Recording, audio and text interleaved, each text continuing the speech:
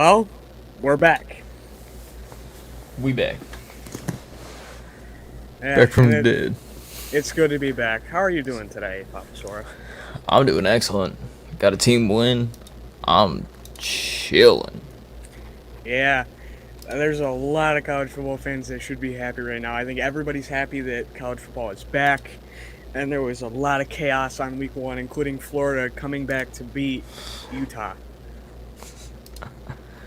Oh man. Yeah, so I think kind of the plan of what we have is we're gonna talk about Notre Dame, we'll talk about Florida, and then we'll also add a surprise in for old Notre Dame coach Brian Kelly. Yeah. So, did you watch any of the Notre Dame game? I went back and looked at it. Obviously I was watching the Florida game, Mm-hmm. and Notre Dame looked a lot more impressive than I thought they would have. I really did not think Notre Dame was gonna put up that much of a fight. Yeah, and I mean, I think that was a lot of people that were outside the Notre Dame sphere kind of looked at that game and said, well, that's different. Brian Kelly didn't do that. And I think that That's a lot of shows, things Brian Kelly didn't do. yeah, and I think that shows in a stat of time of possession, or not time of possession, of how much time that a team had the lead with. Now, Notre Dame had it, I think, around 24 minutes compared to, or either 24 and Ohio State at 35 or the reverse, but it was something like that where it was close. But Ohio State. I think it was the reverse, because y'all had time of possession majority of the time until the fourth quarter, Yeah. and that's what put Ohio State over the edge for time of possession. And they had the lead for the last 15 minutes. And it was one of those things of you saw kind of Notre Dame fizzle a little, and I think part of that is carryover from playing Oklahoma State in the Fiesta Bowl of you can't really close out. But it was also effective. This team was so young, playing a hardened Ohio State team that they weren't built to come in and win week one. Yeah, I mean it was a young team. It was a newly coached, staffed team. But I mean, again, y'all definitely did keep it up. Like y'all were in the fight for most of it until about around the fourth quarter. I wouldn't even say that's just the old habit of, oh, we couldn't close out. I would say that was more or less the habit of, this is just a really good Ohio State team who quite possibly could even be better than last year's.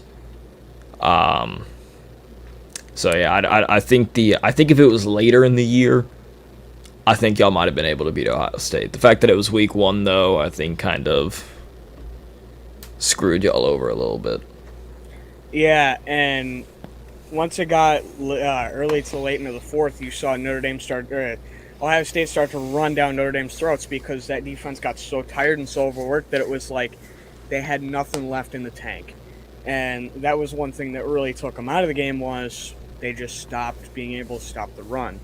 Yeah. And then that opened everything up for Ohio State. Yeah, and I also think, and I can never say the dude's name, but I think until he went out with injury, I think y'all handled Jackson Smith, Njigba, whatever his name is, pretty well. And he was, I know a lot of people, myself included, said he was going to end up being like one of the best receivers in college football.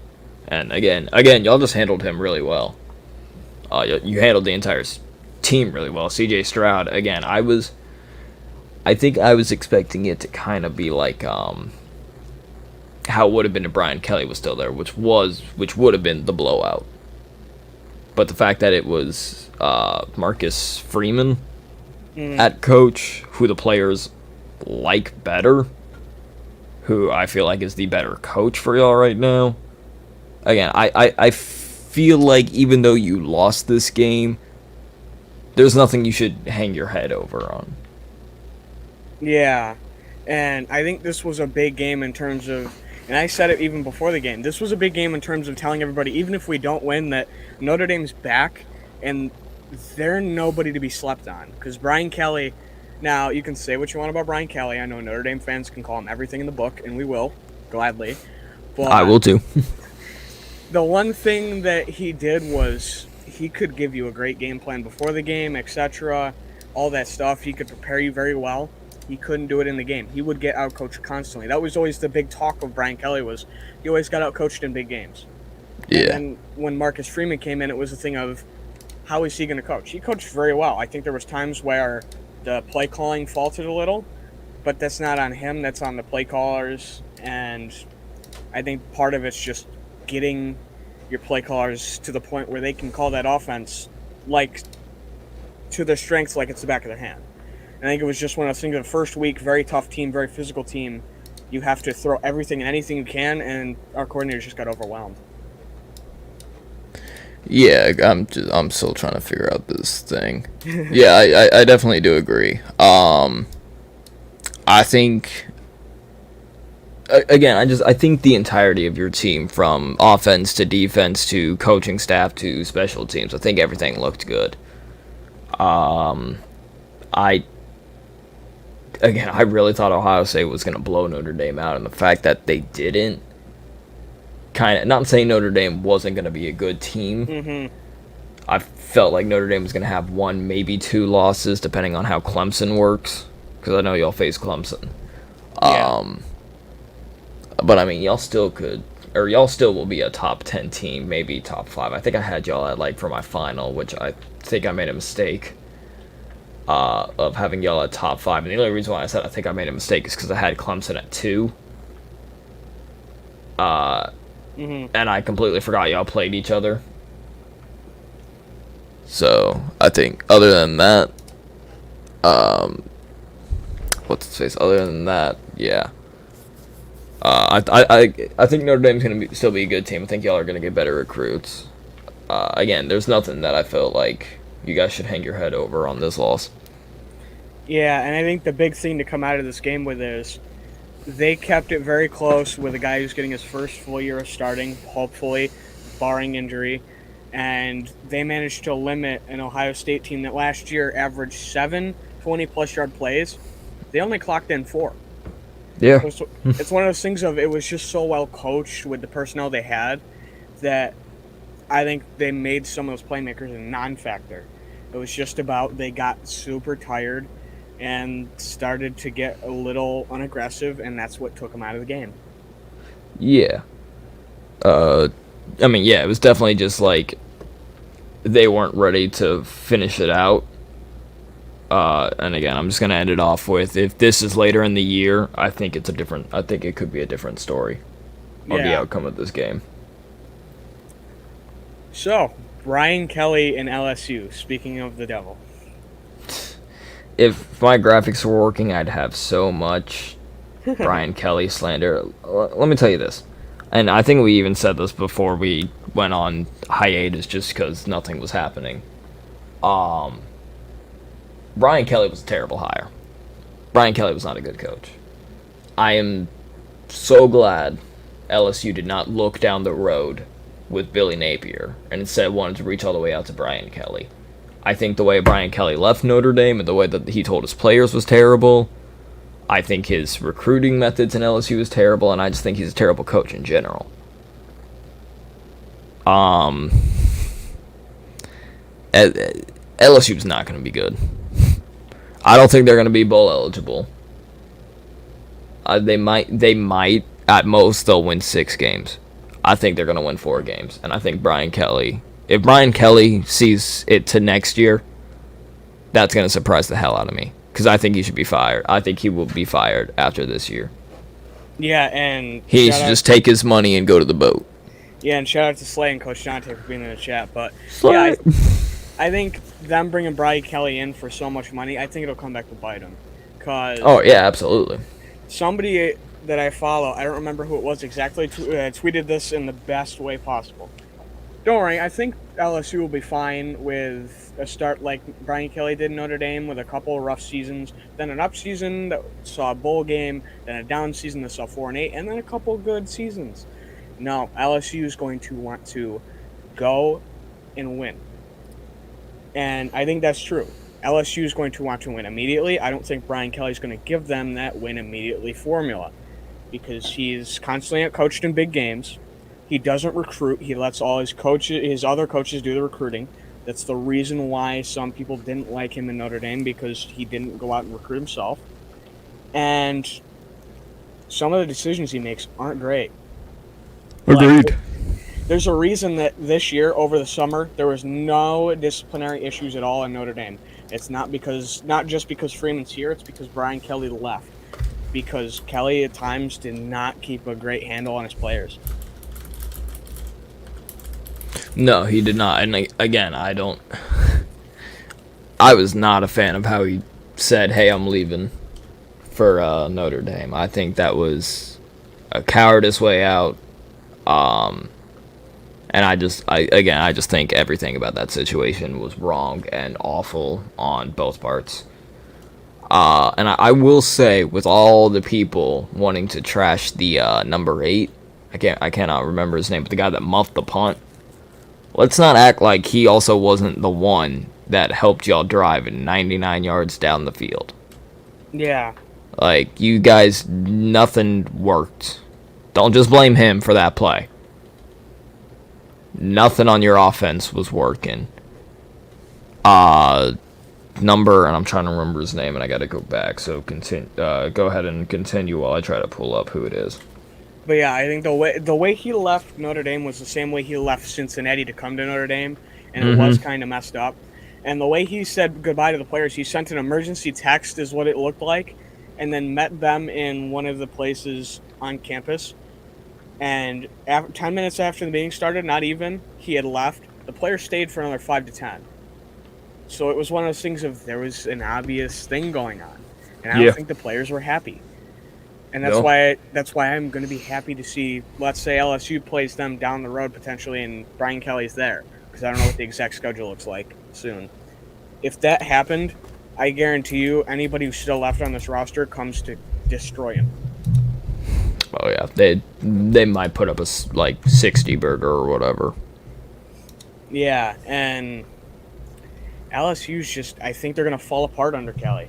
I really do. Unfortunately, y'all don't play them. Yeah. They're going to fall apart again like they did in that game. And that's nothing on the players. They got some decent players. Although they had some moments in that first game where they would drop a punt or something like that, but it's just, it's all going to fall back on coaching sooner or later, and it's Brian Kelly. And the one dude that I wanted to talk about, Keyshawn Bote, however you say his name, dude's being a little pansy right now. He's being a coward. So I don't know if you saw, but he deleted everything LSU related from his Instagram. Yeah. Because of the loss. Like, bro, get over yourself. This shit happens. Well, I've heard take it like a man and move on to next week, my guy. This is the guy. This is the type of guy that would do this stuff, like delete from LSU, a Division I school, and he's like, I'm not appreciated, blah blah blah blah blah. I'm not producing enough for my own liking, blah blah blah blah blah. Only to transfer to Mercer. Yeah. Suck it up, shut up, move on. And there were actually 2 other players that also did an Instagram scrub. But it's one of those things of, I always think back to Jalen Rieger. He scrubbed, and it put a target on his back because it said, oh, this guy does not like criticism, and he does not like how he's playing. We'll go after him. Yeah.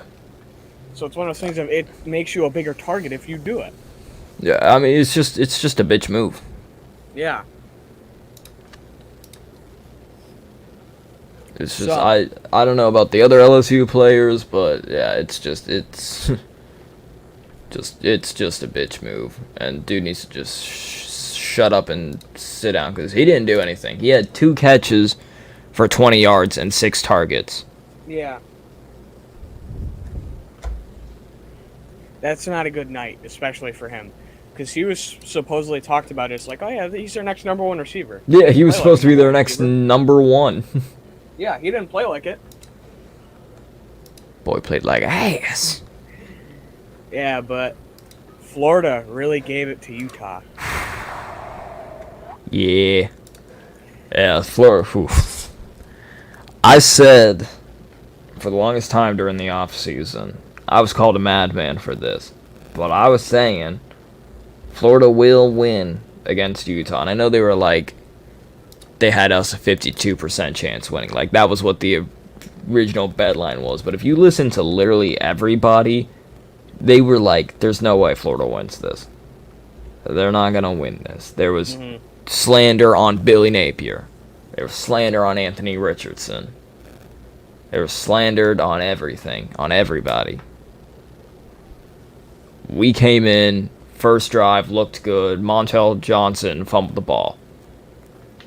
If he didn't do that, first of all, that is a completely different game. It's not as close. But despite all of that, we came back. AR even said it himself. He was like, yeah, there were some easy passes that I missed. I had the jitters. I got excited. I calmed down. I calmed down the team, and we went out and we did what we did. I think it was a great game. Obviously, not obviously. I don't know if you saw, Richardson won SEC Offensive Player of the Week. Well deserved, obviously. He was definitely a man that can win, because in today's game, you have to have both the legs and the arm in order to win. Yeah.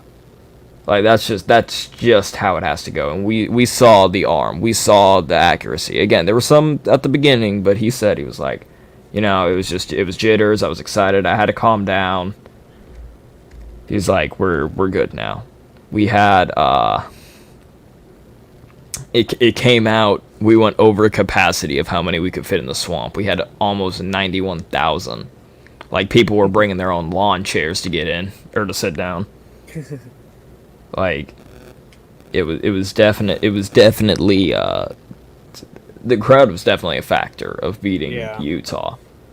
That's not a doubt. Amari Burney, wasn't one of my favorite players, but I mean, dude came up clutch, obviously, and got that interception. It was a good read. Yeah. I wish Ventrell Miller caught that interception on that drive earlier, because that would have made me less stress, and I would have still had a bit more hair not ripped out. But I mean, it was just a good game all around. And Kentucky better watch out, because Will Levis is ass. Yeah, and if I had my graphics up, I'd be throwing Will Levis in the trash can. Yep, and he puts mayo in his coffee. Horrible. But yeah, that was a good win by Florida. I mean, it could have been a little more distance, but that's just how the game ended up. And the pick was a big factor. And AR-15, going into the game, I had a thought of, wow, he's probably going to be having those first big game kind of jitters, and it's going to be one of those things of got to get settled in. And that's what he did. Once he kind of settled down and you saw it, he really started to make the plays that were supposed to be made, and he started to do his thing. And what's the best thing for your quarterback to do? And that's do his thing and do it well. And that's what he did. And that's why they won. And Utah, every year, they were the same thing last year of hyped up, put in the top 25, and then they got one loss and didn't come back. It's going to be the same thing this year, I have a feeling. With Florida? Huh? With Florida, like one loss and we're out of the top 25? Is that what you were saying? Utah. Oh, Utah, okay. Utah's one of those teams that last year they did the same thing, lost one game, and I don't think they got back in the top 25. I have a feeling this year would be another. No, they were, because they were Pac-12 champs. Well, they might have came back in, but I don't remember it. They might have slipped in the bottom 5. They weren't high, because the reason why, and I think Slay would know if he's still in there. Slay, who was the quarterback that started before Cam Rising? But that was like when not Notre Dame. That was when Utah got off on their slow start. Cam Rising came in, and they did not lose a game with Cam Rising for the rest of the year. Yeah, they're just one of those teams that, they're good, but they're not as good as I think some other teams are. Yeah, they're definitely they are definitely good. They'll still be in the top 25. They'll still be in contention for the Pac-12, obviously. I think. And I even said this, and I have receipts. That's one thing I've learned being at the East Coast Gridiron. Shout out to y'all, by the way. I've definitely learned to take receipts now, and I've got them saved and I've got them clipped. I've got the images, all that with the snipping tool. Again, for whatever reason, the virtual camera on OBS isn't working, so I can't pull up my graphics and all that. But yeah, I mean, I've got receipts, and I've got people being like, or I've got to where people are saying like, Utah's got, or Utah's better at every position. And right off the bat, I can point at your linebacker core and go bull, because I know for a fact you have Mohamed Diabate, who is a wet noodle. And you saw that in that 2-point conversion play. That was Mohamed Diabate that didn't tackle but pushed Anthony Richardson when he did his jump pass spin move. The man on that 2-point conversion play did like 3 different things at once. He pulled out the Tebow, the Cam Newton, and the Chris Sleek of not getting hit, doing the jump pass, and doing the spin move. Yeah. It was a mixture of one. I was like, I don't know who I'm watching at this point anymore. Yeah. And I know AR jumped up to number 4 now in Heisman. So don't be surprised. Again, if I had it up, I'd be doing that. I have Anthony Richardson going, shh, stay hating. Shh. Yeah, I mean, Florida's a good team. I don't think they're someone that should be underestimated. And they were underestimated going into that game. There was a lot of talk of yes, we were. Utah winning that game, and every time I see it, I'm like, no, that's probably not going to happen. Because, I mean, yes, Pac-12 is going to compete for the Pac-12 championship. They're going to be good over there. But Florida is still a great team and a great SEC. You don't think they're going to compete in every game, let alone against a Pac-12 team? Yeah, and others, again, really wish I had the graphics, because I'd be throwing Mullen, Grantham, Emory Jones in the trash can. I did this all in the college football show, and I was the only one that picked Florida, obviously. But, I mean, you're looking at completely different people. Everybody wants to go based off of last year. But, like, you're looking at completely different people at the coaching position. Like, maybe 2 coaches from last year's regime remains. That's a maybe. So I mean, you got to get all of last year out the way. With the defense, I thought the defense had a good first half. The third quarter just was a mess for both sides. But in the second half, I thought the defense kind of dropped off. I know they had that amazing goal line stand on the 1-yard line. So I mean, the defense looked like it was a bend but don't break. And I get, like, the first drive, we saw the defense short field because of that fumble that was returned for a lot. And then, we saw the defense. There was a lot of good plays in the first half. And again, just that goal line stand, on 1st and goal and 2nd and goal and 3rd and goal and 4th and goal at the 1-yard line, and we drove down. We showed LSU how it was done, how to drive down 99 yards on the field and get the extra point. Just saying. But I mean, yeah, just some stuff needs to be fixed on the defense, and I think you're gonna see that with not LSU. I mean, yes, with LSU whenever we play them, but I think you're going to see them with Kentucky because Will Levis is just ass. And I'm trying to find the one quote that Napier said, because I think I don't understand how you can't love Billy Napier. Yeah, and I mean, when you have a regime that you see a coaching change and then all of a sudden the team has more staff than actual players rostered, that means that something's going on that only they know. Yep. Oh yeah, we got a lot of hate for that too. I was like, what? Look at NFL teams that do the exact same thing though. Yeah, I saw that and I'm like, what? They're just going a different way. What's the problem here?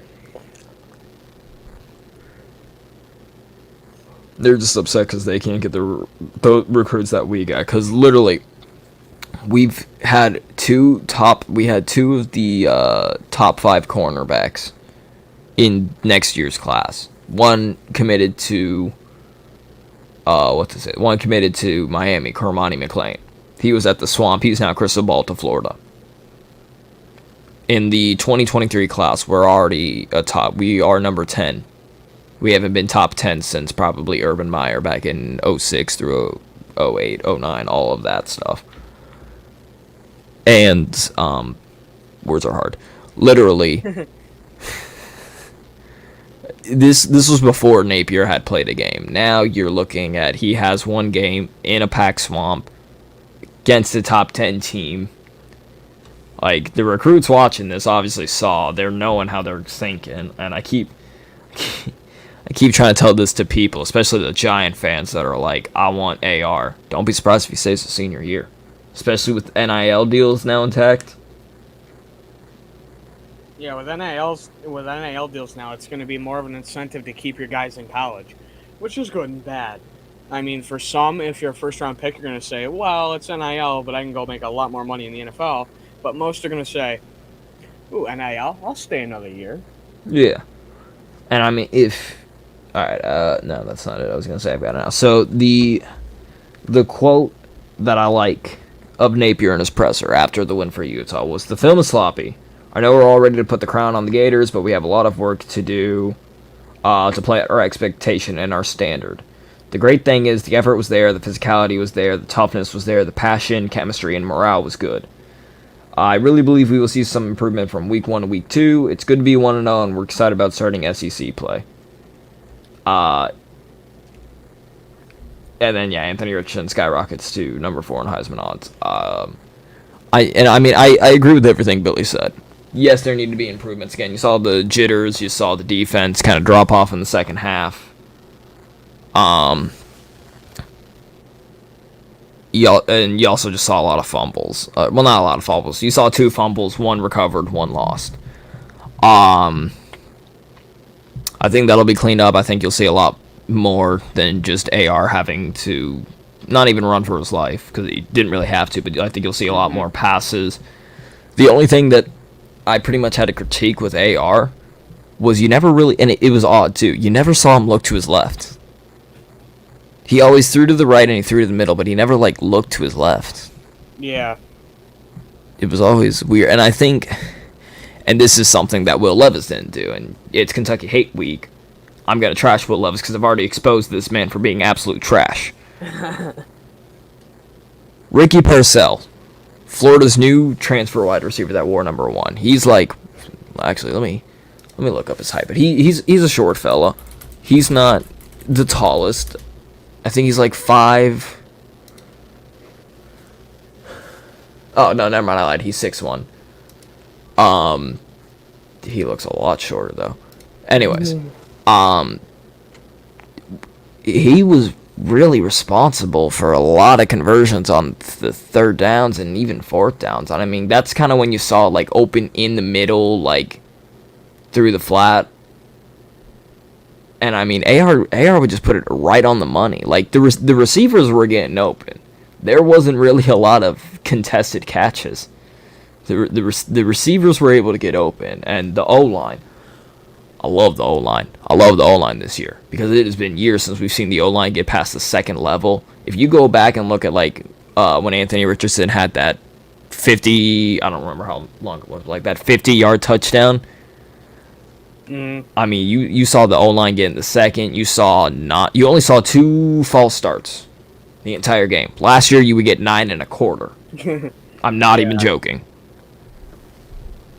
So I mean, the O-line just looked a lot better.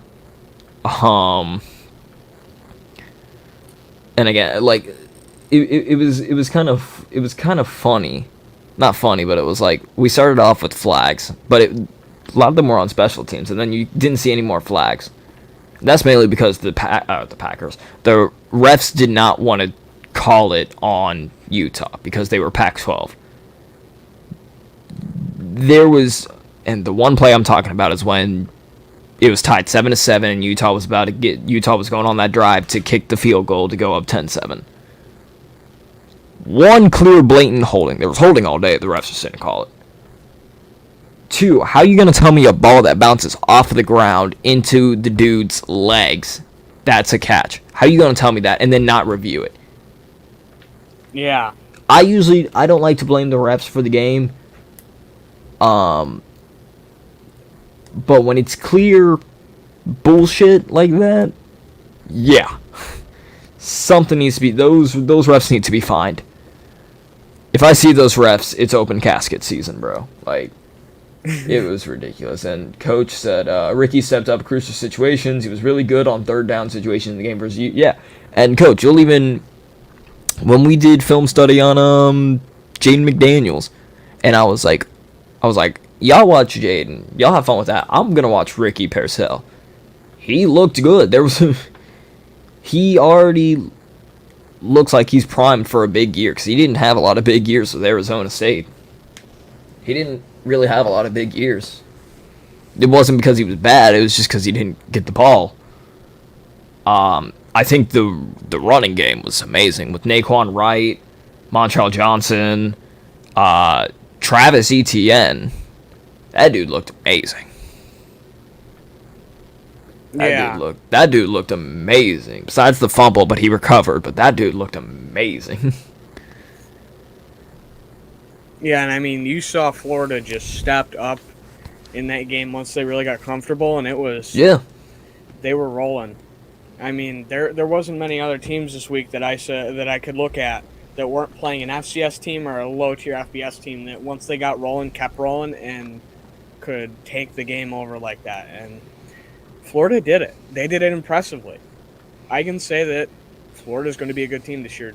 Looking at that game, I said, and I've had it pinned on Twitter. Like, I've just taken a lot of Thanos quotes and done it with hot takes, and I have it on my list. I had to take down the list part to fix one of the wordings for it, so I need to put that back up. But one of it that I had was my hot take is I do think Florida can win the East this year. It's gonna be between Georgia and Florida, obviously, but I don't know with Georgia. Georgia's a question mark to me. I don't really think Oregon was a good test against them. No, they weren't. Oregon got completely destroyed. And Oregon just couldn't tackle. It looked like a Todd Grantham defense. Well, not only that, I'm sorry, Slay, if you're watching, but Bo Nix looked like hot garbage. He doesn't care. He hates Bo Nix. Bo Nix, I'm telling you, that is one of the few transfers that I had looked at the first week and said, nope, it's completely his fault. He should be out the door. Yeah. Because there were so many plays that I watched him make a bad decision and immediately looked at someone I was watching the game with to my left and said, yeah, I can see why you hate Bo Nix. Because it was that bad. The only interception I could give him a pass for was the first one. Yeah. Just because it was just a really good play by the defender. I mean, the receiver could have gotten it, but I mean, it was a good one. And then the other ones were just like boneheaded picks, like just thrown right to the linebacker, just thrown all over the place. I'm surprised after his second interception, he should have been benched.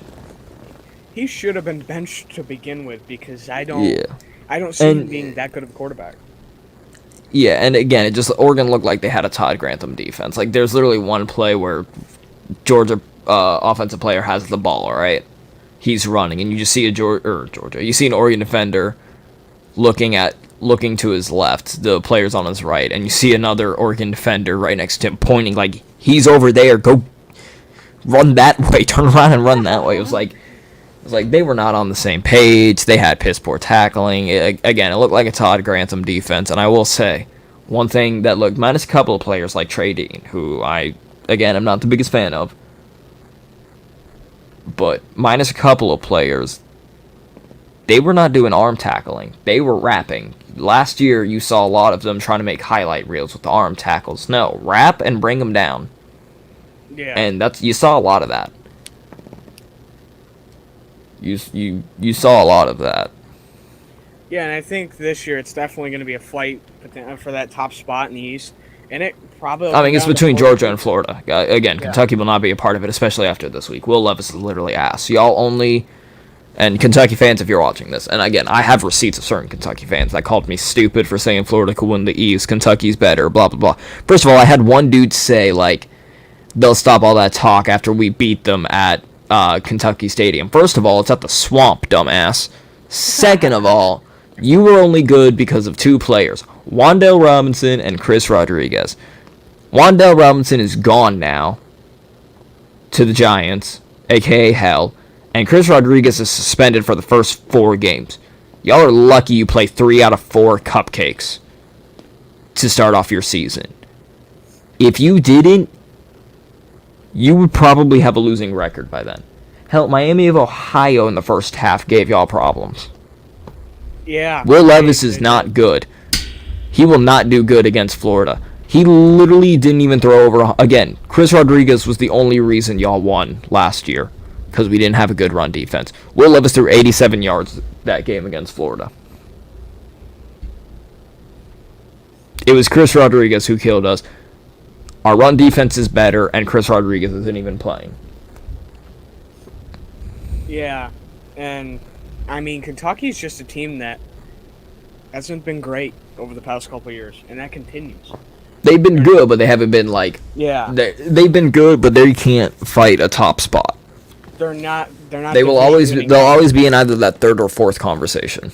Yeah. Unless Florida has a bad year like they did last year, in which case they'll be second.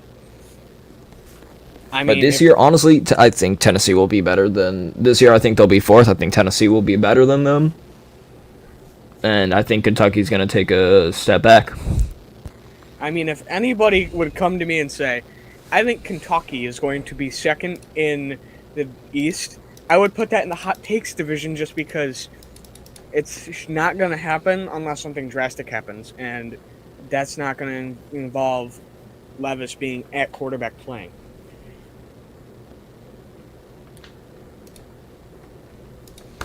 Yeah, I mean, yeah, absolutely. It's literally going to be like, it's going to be on Will Levis now, and I don't think he's going to be able to do it. I don't think, and even like it was funny, somebody was like, it's easy to see, or like it's easy to look at the stats and be like, oh, you know, Brenton Cox and Gravon Dexter didn't look that good, but it's also hard for them to do good when there's holding every play. And Gravon Dexter responded, and he was like, nah, it's just on me. I didn't play my best game. I'm gonna be better next week. And I was like, I like that you're taking account to this random person and being like, that's on me. I'm gonna do better. And I fully do think he will do better. I think they will mush Will Levis into the mayonnaise that he so likes to put in his coffee. And that's the only reason, and I said this earlier as well, that's the only reason people like Will Levis. He's weird. Not because he's good, he's just weird, but not like George Pickens weird. He's just weird as in, like, weird as a dumbass. Yes. It's kind of like pity-like. Like, everybody loves George Pickens. Because he's weird, but he's also a bully and he can prove it. But the dude is weird as hell. Will Levis is just weird and a dumbass. Again, it's like a pity-like. Yeah. And I think the way to make Kentucky better is take the ball out of his hands and putting it in the running back's hands. That's what they need to do to be a decent team.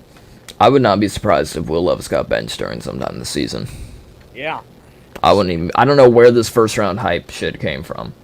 And the fact that, and I love this picture of AR, but I love the picture of, like, it was the top 4 returning, it was the top 4 quarterbacks for the SEC, and it was Bryce Young, Hendon Hooker, Will Levis, and Spencer Rattler, who wasn't even in the SEC last year. No sign of AR anywhere. AR kept that in his locker room, he kept that at bulletin board material, and damn it, he was the SEC Offensive Player of the Week this year, and that was well-deserved. He was, even on the list, they put him at number 1 of best-looking quarterback, which I know that's just one list, but I mean, it's kind of hard to argue. Yeah, AR should definitely be up there over someone like Rattler. But, side note on Young, shouldn't have won the Heisman and AP last year. Should not have won. He won the Heisman because there was nobody better.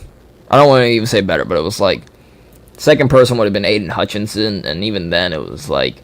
It should have been Hutch. It 100% should have been Hutch.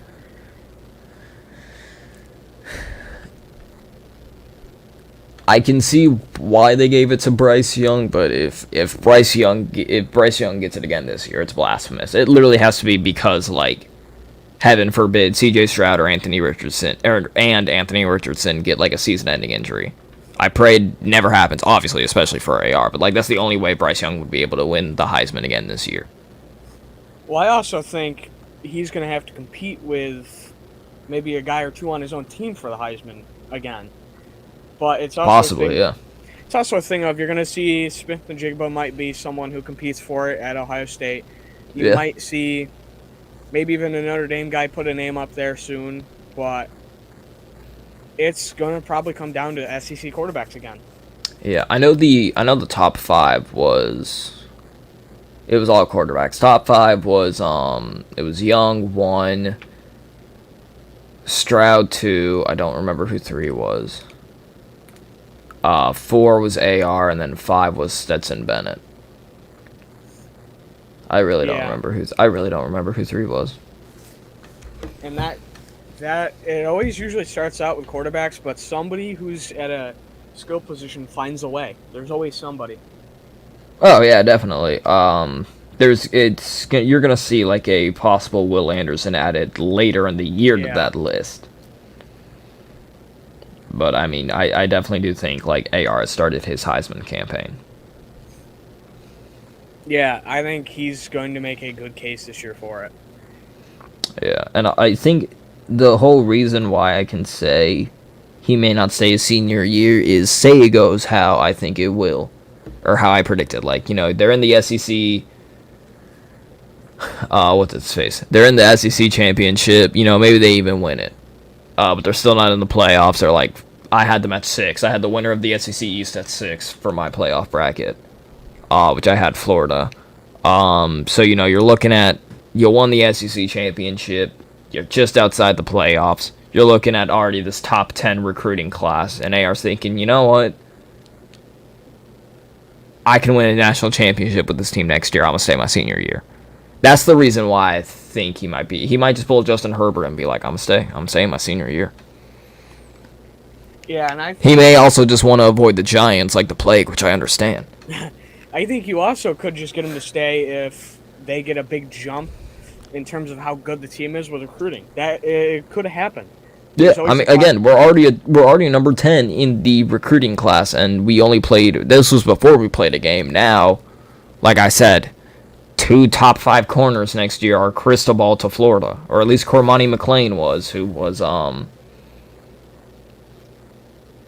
originally committed to Miami, but I guess some scandal happened, and he was like, I'm getting out of there. And I think it was the number 1 corner that was also visiting. Yeah. So it's like you're looking at all these players, and that's not even mentioning just the offensive side, but that's mentioning like 2 of the big names that were at the Swamp the other day. So it's just like, if you're looking at that, that has to get you excited, especially if you're like, this could be my ride or die year. Yeah. And I think this could be a weird year again for Heisman voting.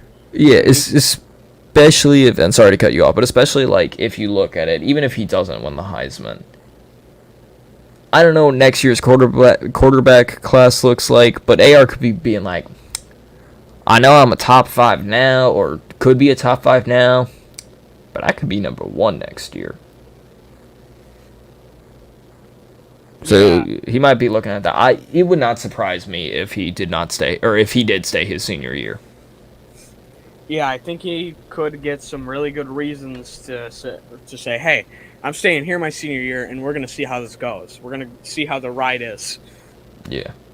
And Coach, to comment on your comment, I would need to look back at the second half because I was like, that's a slaughter. I'm going to watch a different game. The first half, I thought Stetson Bennett had padded stats because the man really just threw. The man just threw a lot of screen passes and like 5-10 yard in routes, and the receivers just did all the work because Oregon doesn't know how to tackle. I might need to just go back and watch the film, but I mean, I thought he looked good. I thought his receivers made him look even better than he actually did. I wish they like cut up the stats to be like, here's how much he did. Here's how much reception yards after the catch were. Yeah. Real quick while I'm thinking about it, if you get called in tomorrow, And I think the big thing with this team is going to be, all right, we are going to see what the team looks like next year before the decision is made. All right, come back or not. What are you thinking? But Yeah.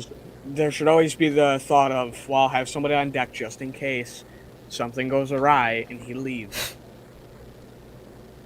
I mean, they do already have their quarterback for 2023 and even their quarterback for 2024. So it's not like if AR leaves, it's immediately hit the panic button. Mm-hmm. But I will say,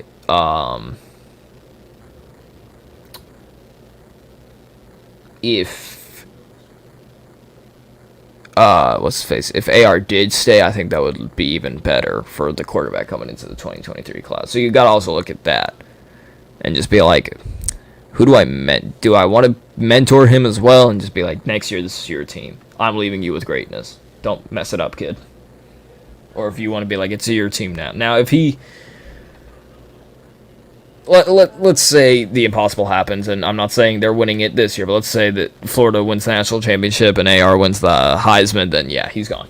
He's like, there's nothing better I can do. Yeah. I'm not saying that's happening, by the way. I can already tell people, I can already hear people furiously typing, be like, what the fuck did he just say? Shut up. Listen, you're putting words in my mouth so you can win. I know there are a couple of YouTubers out there like that, but that's besides the point. Yeah, and I mean, this year there's going to be a couple big players that have to make a decision. Oh yeah, definitely. There definitely will be a couple of players that have to make the big decision. I think it's kind of easy for Bryce Young and CJ Stroud to make the decision of if they're going to leave or not. Honestly, Bryce Young probably, with all the NIL money he's made, he probably doesn't even play another snap of football. Yeah, he could just say, all right, I'm good, bye guys, and then just not come back. Oh yeah, absolutely. Again, now that he's in the Heisman House, the Nissan Heisman House commercials, bro. Yeah, he doesn't need to, but he will. Yeah. And just taking a look around college football, did you see the final score of Old Dominion v Tech? I don't remember it. 20-17, Old Dominion ended up squeaking out a win. Damn. That's right, I think I do remember that. That was the big upset of the weekend. I'm surprised. I think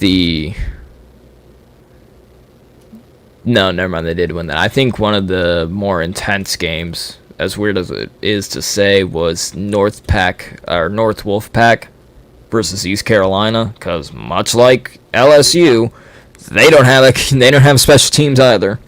That one came down to the wire. I was watching that game, and it was one of those things of... Yeah, that one came down to the kicker missing 2 field goals, and that kicker is not getting laid that day. He is not getting laid anytime soon. He may get laid out. Yeah. The funny thing is somebody I know said that exact same thing. Oh, that man is not getting laid. Again, may get laid out, but... Well, my first thought was, well, that kicker ain't going to be back next week, and if he is, he's going to be running. Mm-hmm. Yeah, but that was just 2 straight daggers into the hearts of anybody who watched and is a fan of ECU. It hurts. Yeah, it definitely did. I think honestly the biggest upset was Delaware beating Navy. Yeah, I didn't think that was going to happen either. Which, shout out to the coach, by the way. He may get fined, but I don't think it's going to care. I don't think he'll care. I think there's going to be a GoFundMe page for that coach of being like, what was it they said? He was like, I'm proud to be a fucking blue man or whatever Delaware is. Something And he's like like, that. sorry for the F word. And I was like, that's a legend right there. It's like, that man's a legend. Hey, if he gets fined, everyone's going to say, all right, here's some money. Yeah, if he gets fined, they're going to do a GoFundMe page. Yeah. I'm like, he ain't gotta worry about anything. Yeah, another good upset was Syracuse laid out Louisville and Malik Cunningham. Oh, that was so good to see. Yeah, true. true. I did forget about that. I know if on the show that we did, the college morning tailgate show that we do on East Coast Gridiron, so far, if Clemson wins, I would have gone undefeated in my picks. So I'm rooting hella hard for Clemson. I have a feeling they're going to win as much as I don't want them to, because I want Clemson to take an early knock. I have a feeling they're going to win. They should. I'm really hoping Clemson does a bounce back year. Not even because I like Clemson, but because I had high expectations for them last year and they broke my heart. Clemson's one of those teams of they're good, they can be great, but they can also be bad. It just depends on the year. And I mean, their quarterback just dropped what they say, 20 pounds or something like that. Uyunglele dropped Oh, did he? pounds. Yeah. Oh, I did not know that. I saw it and I'm like, well, he's going to be more mobile this year, huh? Yeah, he is. I don't even think it'll be the fact that he needs to be more mobile. I think literally if he is... He's just got to be smarter. He's just got to be smarter with the ball. Exactly, yeah. Because, I mean, everybody hailed him the next Trevor Lawrence, and I told everyone, I said, whoa, you're going to be, if you're looking at him as the next Trevor Lawrence, you're going to be looking for decades, because you're not going to find another guy like him. As much as that hurts to say, you're not going to find another guy like Trevor Lawrence. He's a one-of-a-kind quarterback. Yeah, no, he definitely is. Well, I don't want to say he was one-of-a-kind quarterback. Not one-of-a-kind, but he was one of those guys that he was could always get it done. Even then, oh, what's up, Miku? Even then, he was a good quarterback. He was a good quarterback in college, but I mean, he had a really good team. He chose Clemson because he was like, I can easily win with this team. This team's already better. Yeah. Like, a good chunk of quarterbacks could have won with that Clemson team. Yeah, there was some quarterbacks that could have walked in and won with that team, and you'd be like, huh, him? But yeah, you literally could have put some not even a random Joe Schmo, but just some 3 or 4 star QB prospect. It's like, this dude's got some potential, and it's like, all right, cool. With this team that Clemson has, they're like, all right, he'll be good. We're good. Yeah, it was a loaded team. Yeah, Trevor Lawrence did not make that team. That team made Trevor Lawrence. I think it was a little bit of both. But somewhat yes, but I think I don't think a lot of people are like, oh, Trevor Lawrence, he made that team. It's like, if anything, I think you need to say a little bit of both. Yeah. But Trevor Lawrence did not make that team. It was already stacked before Trevor Lawrence got there. It was stacked. They just needed a field manager that could dish the ball out very well, and that's what he did. Yeah. Anyways, Absolutely. What are you doing? Looking ahead, Florida takes on Kentucky next week, and the line's already at 4.5 in Florida favor. We're destroying them. Yeah, I have a feeling you guys are going to. Not just the men, but the women and children too. I have a feeling that Florida's gonna get off to an early start, and they're not gonna stop. No, we better not, bro. Yeah. It better get to the point, which I hope we don't do it, but it better get to the point where we're like Ohio State in that game, where we're already having to bench our starters midway through the third. Again, I hope we don't, but that's what the game needs to be like. I mean, that's a team that you guys should walk through and then some, and then just stomp on the dead corpse, going, "You like that?" Yeah. You pull pull Alex Smith. You like that? Yeah. You like that? With how Kentucky fans have gotten very vocal over the offseason, and I looked at it and said, that's going to end very quickly. I saw your roll, jabronis. All right. Just because you ranked second place in the East because Florida was bad that year doesn't mean that you're the top shit now, bro. Will Levis's ass, and we will prove it to you. I just can't wait to see. My interest is to see how many turnovers that Florida defense can create. I'm hoping more than one. Because there were a couple of times, or not even a couple of times when we could have gone. There wasn't a lot of time for us to get turnovers. There wasn't really a lot of deep shots or whatever. It was mainly kind of the tight end kind of destroyed us, and then again Cam Rising with his legs. also did not help us. I think it just needs to be tightened up a little bit. I think some more adjustments. Again, was not a fan of some of the players, like Trey Dean. Literally put anybody else other than Trey Dean in that safety position. Please, I'm begging you. I think the defensive line, yes, got held a little bit more, but I mean, I think they'll be better. I think the team's gonna. I think you're gonna see a better team than you did week 1. Yeah, I think you see Florida clean a lot of stuff up, and they walk into week 2 a way better team. It's just about how do they come out the gates. Yeah. Oh, I already texted my cousin. I was like, I'm gonna let you know, because she goes to Kentucky. I'm gonna be like, I'm gonna let you know right now, you're not my cousin, and I will do nothing but talk shit to you. She was like, I absolutely expect that. And I went, I know. And then I showed her the clip of me putting Will Levis in a trash can. She was like, why'd you do that? And I went, because he's ass. And I just went on an entire rant. Yeah, that's gonna be a good game. That's gonna be a game where Florida walks in and says, we don't like you, so we're going to wipe the floor with you. That's going to be the one where Anthony Richardson slaps the color out of Will Levis, and instead of white, he's going to be neon white. I want to see that one. He's like, what was that one thing? I'm gonna slap the, what was that one vine? I'm gonna slap the man out of you. Yeah. That's going to be a representation of Anthony Richardson compared to Will Levis. That's going to be a game. I'm going to have to tune into that one.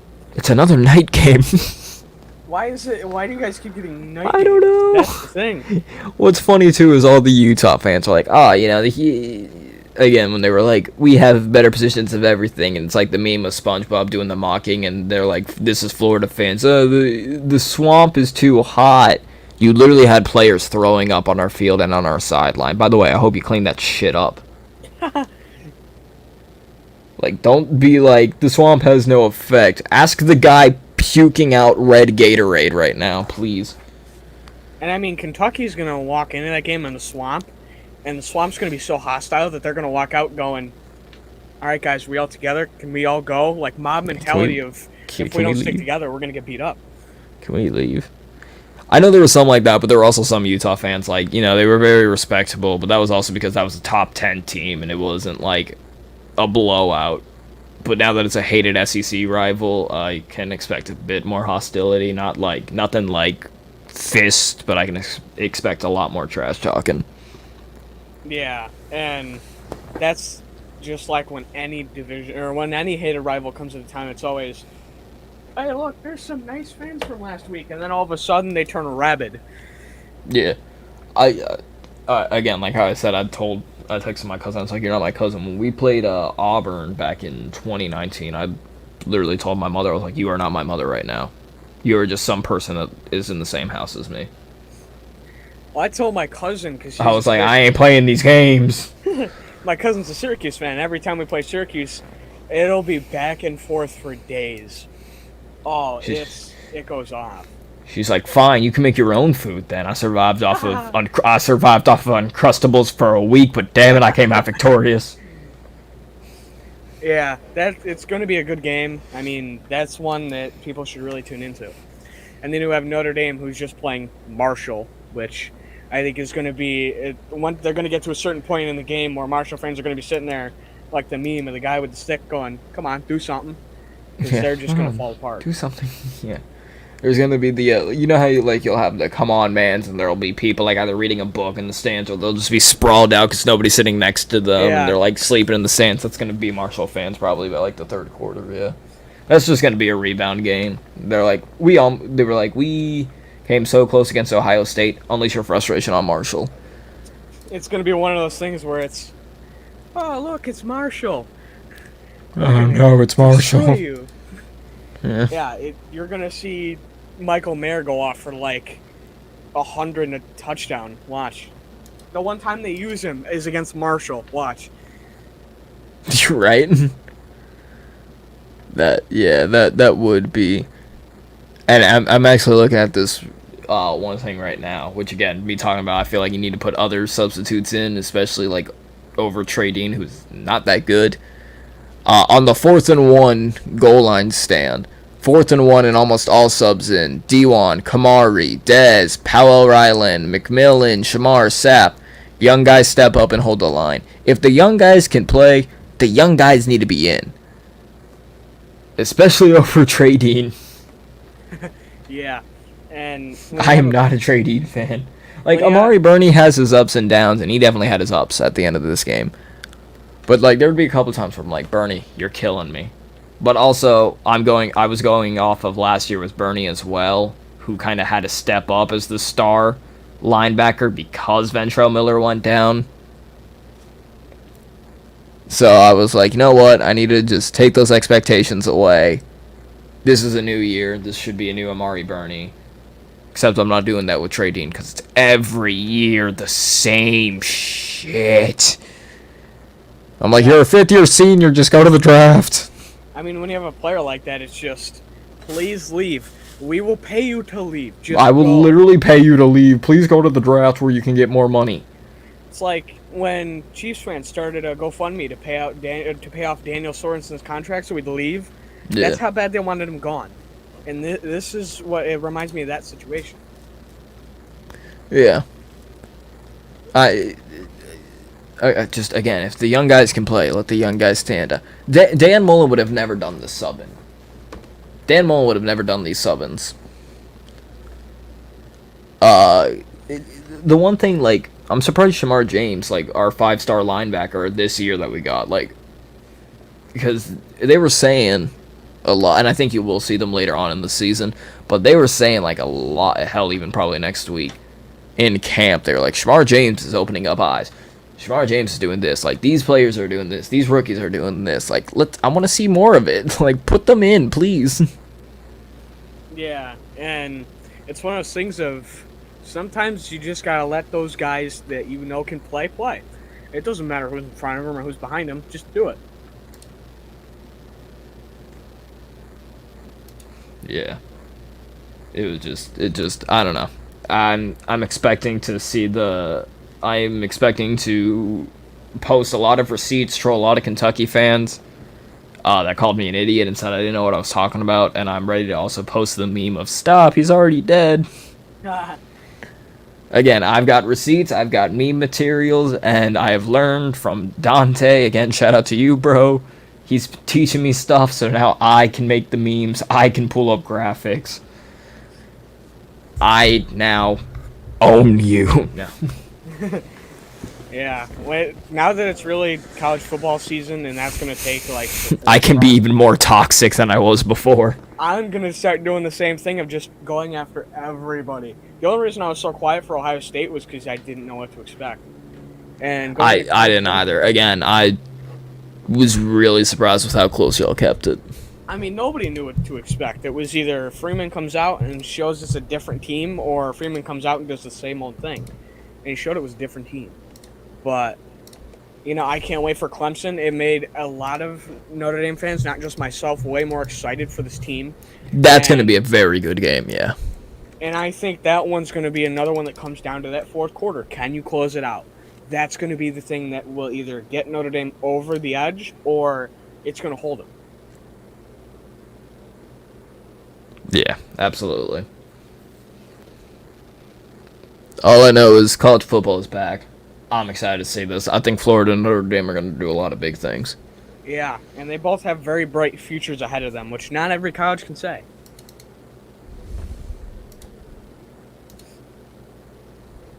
Absolutely.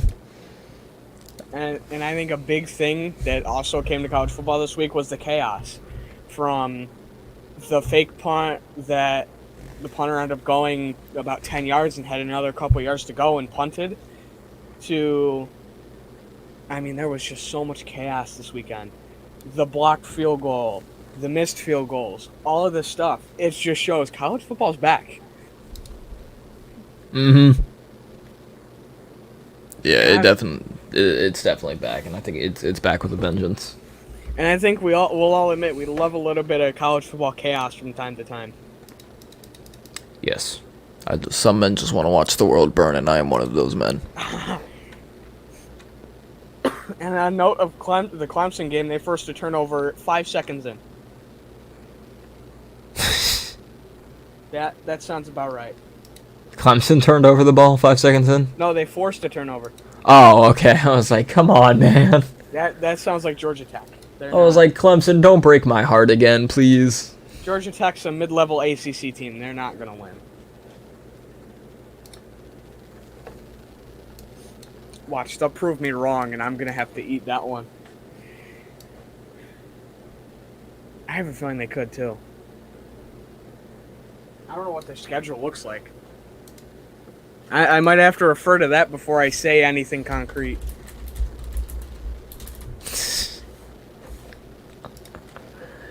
Yeah, I don't even know where I was trying to go with that. I had the thought process, and then I immediately had to clip another. I saw something as a receipt, I clipped it, and then I just lost all process of what was happening. But yeah, it was an exciting week in college football, and I think it was a good week for everybody. If you're an LSU fan. Yeah. Like, let's put it in this perspective before we end off. The SEC won 13-1. The only loss was LSU. Vanderbilt won, bro. Yeah. You know what? Vanderbilt's 2-0 right now. They have a better record than LSU. That's They have a better record than everybody in the SEC East or in the SEC in general right now because they played week 0 and week 1. Granted, they'll have 2 bye weeks, but like, I'm not gonna sit here and say Vanderbilt's the best team in the SEC as of now because of their records. Sure, but everybody except probably LSU at this point would beat them. Yeah, and this will be the only time Vanderbilt fans can be happy and say we're at the top of the division and the SEC because they're about to go very downhill. Yeah, I do find it funny how, like, on all of the list of, like, the updated, what's its face? Updated SEC rankings, they always put Vanderbilt at 14th, and I'm like, guys, they won their game. Yeah. They won their game very well. If anything, they should be, like, at worst, 12, maybe 11. Like, Yeah. I'd put them over Auburn at this point. Auburn did not look good. And I'll say this. TJ Finley threw 2 interceptions. I'll say this. A team that sits at the bottom for so long and you just be content with, oh yeah, they're always at the bottom. One day they're going to rise up and they're going to come back and beat somebody. Yeah. I mean, it's always funny, too, because not that they haven't beaten Florida in a long time, but they always play Florida like that's their national championship, and I'm like, why? Why must you give us a fight in the first half? Just lay down and die. Why are you doing this? There's always those couple little teams that aren't that great, and then they go into a game and play it like it's their national championship. It's like, whoa, dude, where did you come from? That's Syracuse against Clemson every year. Right? Like, where'd y'all come from? And Syracuse has their best chance this year, which is weird to say. Kinda, yeah. Because when your running back's one of the best in the country, who knew you can do good? Right? That's one thing they haven't done in decades. Good. They haven't been good since, I want to say the best they've been in the last 2 decades was, actually, it's been over 2 decades since McNabb was there. And if only McNabb wasn't there, then they could have potentially landed Michael Vick and had a little bit of a different stretch. Right? Yeah. I forgot about the whole, like, they could have potentially had Michael Vick. What are you doing? What is happening? My second cat is running wild. But anyways. She just started climbing the chair. I got the one cat chilling up here on the desktop, right? Like, that's the new cat. Like, not even 8 weeks old yet. And then I got the other cat chilling up on my desktop, resting on it because of the hot fans. Cats are fun. I'm just like, what are you doing? Not the Tebow jersey. Hold up. Not the Broncos Tebow jersey. No, that was my first NFL jersey I got. No. But anyways, it was a good show. Yeah, it was. Thanks for coming on. I mean, thanks for coming back to it. Right? Because I know it was a long time. We took a while, but it's glad to be back alongside you again. Yeah. Yeah, I'm glad. And thank you to everyone who tuned in or everyone who will tune in. Thanks from us for watching. Thank you to Big Boy Slay and Coach Dante for being in the chat. All right, And shout we'll out see to you y'all. guys next time. Next week, actually. Hopefully back in our normal slot on Sunday with more college football. Yeah. Hopefully, yeah, we should. Hopefully, I'll actually